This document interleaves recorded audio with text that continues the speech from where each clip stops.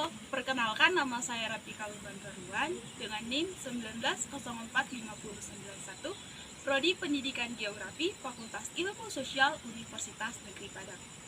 Baiklah teman-teman, tujuan dari pembuatan video ini yaitu untuk memenuhi tugas dari mata kuliah Geografi Pariwisata yang diampu oleh Ibu Sri Maria MPD. Nah teman-teman, mari kita lihat.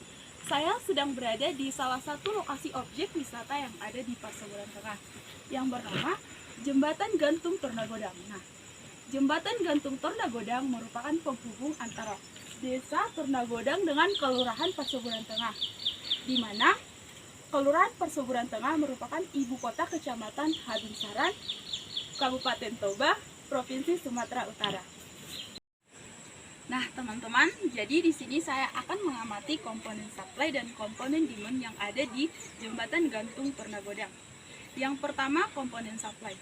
Dapat kita lihat di sekeliling Jembatan Tornagodang ini, kita akan melihat pemandangan yang begitu menakjubkan. Udara yang sejuk ditambah aliran air sungai yang berada di bawah jembatan ini memberikan ketenangan dan kedamaian bagi setiap pengunjungnya. Ditambah jika kita melewati jembatan ini akan memberikan kesan uji nyali bagi setiap pengunjungnya, di mana jembatan ini akan melambai-lambai ketika kita melewatinya. Apalagi jika anginnya kencang, motor akan seperti menari-nari di atas jembatan ini. Bukan hanya itu teman-teman, setelah kita melewati jembatan ini ada jalan sekitar 500 meter lagi ke atas, itu seperti tanjakan untuk menuju Desa Tornagodang. Nah, yang kedua yaitu komponen demand. Jembatan Gantung Tornagodang ini membawa atau sebagai acuan pendidikan dan ekonomi bagi Desa Tornagodang, di mana sebagai acuan pendidikan mereka harus melewati jembatan ini untuk sampai ke SMA atau ke SMP yang ada di Kelurahan Pasaguran. Yang kedua yaitu sebagai acuan ekonomi, di mana penduduk Desa Tornagodang melakukan transaksi jual beli barang pada hari Selasa ke Pasar Pasaguran Tengah.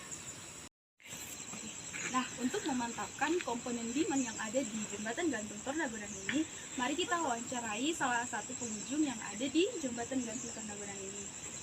Permisi Kak, boleh meminta waktunya sebentar Kak? Ya, silakan. Nah, jadi saya ada tugas mata kuliah Kak buat mengidentifikasi karakteristik pengunjung yang ada di Jembatan Gantung Tornagodang ini. Nah, boleh Kak? Boleh. Siapa namanya Kak? Namanya Wilna. Oh, Wilna. Umurnya berapa Kak? 20 tahun. Tujuan utamanya kemana Kak? Ke ini sih Lumban Rau. Oh, Lumban Rau. Kapan biasanya datang ke sini Kak? Kalau aku sih kalau pendatang baru kali ini, pertama kali datang sini. Baru pertama ya Kak. Terus seberapa sering Kak? Berarti baru pertama kali ini ya Kak? Ya. Terus asalnya dari mana ya Kak? Dari Parut ya. Terus naik ke sini naik apa Kak? Naik sepeda motor. Sepeda motor. Terus kakak itu menginap atau pulang ke rumah setelah dari sini Kak? Menginap sih di rumah keluarga itu. Terus apa yang dapat Anda dapatkan setelah berkunjung ke tempat ini Kak? Ya kayak udara yang sejuk, jauh dari hiruk-pikuk kota, ya gitulah. Wow. Terus apa saja tempat yang dikunjungi selain ini Kak? Jembatan ini, terus jembatan yang di Lumban Rau, pokoknya tempat-tempat wisata gitu, kayak nanti kan bubul gitu. Wow, berarti bukan cuma satu ini ya Kak? Sih. Terus apa aktivitas yang Kakak lakukan di tempat ini Kak? Ya, untuk lihat-lihat aja sih, foto-foto, untuk dokumentasi gitu lah. Masih masa muda. Terus apa Kak harapannya buat jembatan ini biar lebih bagus aja gitu ya? Ya, maunya pemerintah lebih ini ya, memperhatikan lah, kayak misalnya kondisi jembatannya kan, karena kan jembatan ini bisa mendukung untuk ekonomi masyarakat juga kan, makanya bisa dilewati mobil gitu, biar orang pun lebih gampang untuk mengakses gitu ya Kak. Makasih ya Kak buat waktunya. Namanya siapa Pak? Januari 9. Umurnya berapa Pak? 7 tahun. Kemana tujuan utamanya Bang? Kapan biasanya datang ke sini Bang? Hari Minggu juga. Oh, seberapa sering datang ke sini Bang? Sekali. Sekali seminggu atau sekali berapa gitu Bang? Jadi asalnya dari mana Bang? Jenis transportasi untuk kesini apa bang?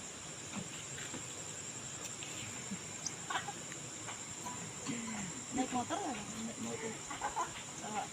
Terus apakah bang minat gitu di suatu tempat untuk kesini bang? Enggak lah. Apa saja tempat yang dikunjungi ya bang selain ini? Ya itu ngaruh. Terus apa aktivitas yang anda lakukan di tempat ini bang? Jalan-jalan dulu.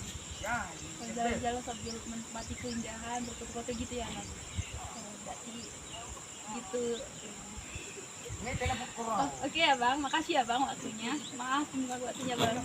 Nah teman-teman, kita mewawancarai satu orang lagi, yaitu pengunjung jembatan gantung Pernagodang ini. Permisi, maaf mengganggu waktunya sebentar. Iya kak.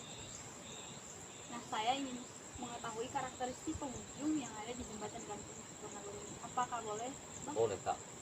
Namanya siapa bang? Ipan Panjaitan. Umurnya berapa bang? 15 tahun. Kemana tujuan utamanya bang? Kesini kak. Seberapa kapan biasanya datang ke sini bang? Hari Minggunya kak. Seberapa sering ke sini dalam satu minggu atau dalam satu bulan gitu bang? 1 kali sebulan. Asalnya dari mana tuh? Dari Tornagodang kak. Jenis transportasi apa yang digunakan bang? Sepeda motor kak. Terus apakah anda menginap di suatu tempat bang gitu? Iya kak. Apa yang anda dapatkan setelah berkunjung ke tempat ini? Mati jembatan ini kak. Apa-apa saja tempat yang dikunjungi selain ini bang? Gak ada lagi kak. Apa aktivitas yang anda lakukan di tempat ini bang? Ya foto-foto doang. Terus bang, apa pengaruh ekonomi untuk tempat abang gitu desa Pernagodang jembatan ini bang? Ya gini, sebenarnya harus dibangun ini supaya bisa mobil berjalan gitu. Berarti harapannya gitu ya bang? Iya kak. Terima kasih ya bang buat Iya waktunya. kak. Nah, setelah saya mengamati komponen supply dan komponen demand dan mengobservasi tempat ini, saya mengamati bahwa jembatan gantung Pernagodang memang relatif lambat perkembangannya dikarenakan pemerintah belum cukup memperhatikan jembatan gantung Pernagodang ini. Dan pada tahun 2000, masyarakat desa Pernagodang pernah melakukan demo ke pemerintah untuk memperbaiki jembatan ini. Alhasil sampai sekarang tidak ada perbaikan. Padahal jika diperbaiki dengan bagus dan dijadikan objek wisata, bukan hanya pemerintah saja diuntungkan atau masyarakat daerah, dan seluruh yang ada di sini akan diuntungkan dengan adanya objek wisata yang ada di sini dengan menambah devisa masyarakat setempat.